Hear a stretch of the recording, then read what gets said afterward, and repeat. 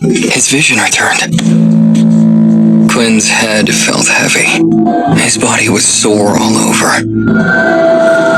As he got up, he touched his head to see if he had injured himself. Why does my head hurt so much? Quinn went to pick up his glasses, which had fallen not far from him. He swore under his breath. For real? Only one of the lenses was left intact. Quinn put the glasses on, out of habit. He felt a little disoriented. His vision became blurry. He took them off. His vision only turned hazy when he had the glasses on. Wow. What's going on here? Quinn rushed to his desk to grab a pencil. He drew the letter A on the wall and stepped back. He moved back until his back hit the wall on the other side of the room. He could still see the A clearly. What?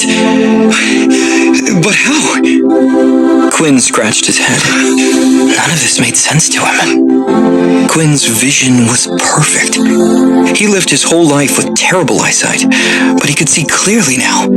His mind flashed with images of the events that led to his passing out on the ground. The more memories that flooded his mind, the more one thing stood out. This had to do with the book. Quinn surveyed the room. He felt panic building up in him as something became clear. The book was missing. The book! Where the hell's the book? He looked everywhere for the book, yet he couldn't find it. It couldn't have gone missing in such a small room. Its disappearance was baffling. Quinn imagined the book hiding just out of sight, but no matter where he looked, he couldn't find it. Maybe it's like my socks. They go missing all the time. Yeah, don't be stupid. This is a book we're talking about, not a sock. It felt like his mind was slipping from him. Quinn thought hard about what had occurred a few moments before he collapsed. Then he remembered the book hovering in the air. Just before closing his eyes, he had heard a few words. You've been granted the vampire. What was it? Some type of system message? When Quinn said those words, a status screen appeared before him.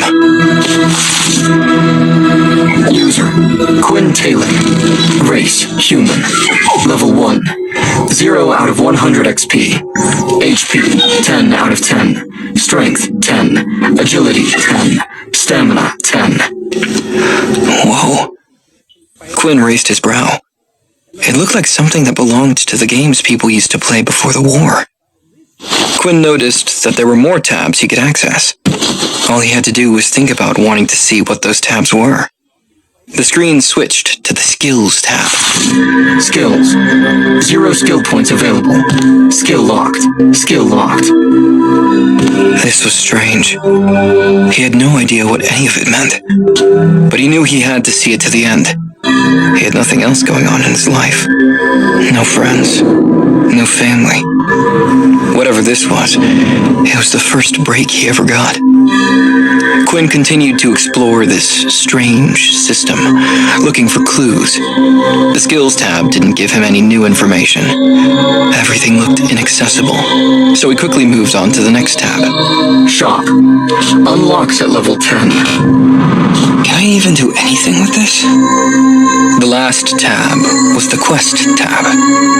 This looked to be the first tab fully open to him. Main quest. Reach level 10. Daily quest. Drink 2 liters of water. Reward. 5 XP. He went through all the tabs once again. Once he was sure there was nothing else, he closed the system. All he had to do was think about it. When he thought about opening it again, the screen appeared before him. A thought occurred to him.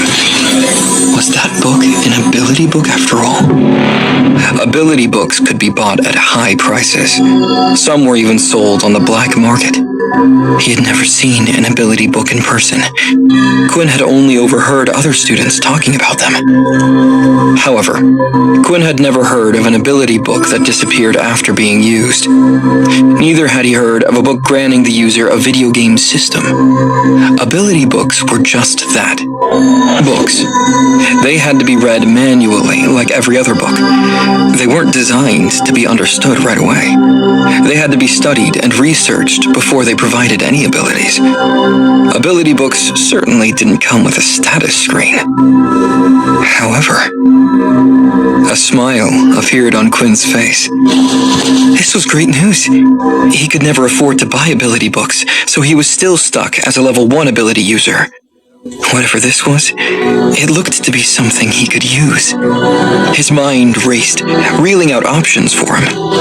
He finally had something to give him an edge. Something he could practice. He needed to figure out what ability came with the book. There was only one way to start. Waterbending! Quinn pointed at the kitchen sink. He expected water to gush from the tap at his command. Nothing happened. That's okay. I'll try something else. Wind! Wind! Come on! Quinn raised a hand, trying to move a cup off the counter. Once again, nothing happened. Quinn spent the morning trying every ability he could think of. He raised his hand, calling out the names of all the powers he knew. None of them worked. What the hell is this useless thing? Quinn gave it some thought. Was this really a game system? Perhaps if he completed the quests, he would get stronger and unlock more skills. He remembered students in school talking about these kinds of old games. Some of them still had these antiques sitting in their homes. Maybe it was his mistake. He was treating it like an ordinary ability book when clearly it was not. Ability books didn't just disappear, for one thing. Ability books specialized in one ability.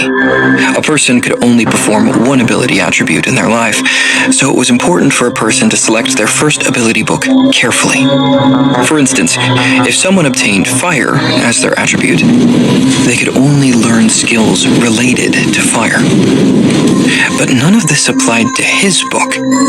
It didn't fit any of the stories he heard about. What ability book could completely heal his eye defect? Quinn went to his mini fridge. He grabbed the water bottles inside. Quinn downed the water bottles one by one. Damn! How much is 2 liters? My belly feels like it's going to burst. When he finished his 4th bottle of water, the screen popped up in front of him.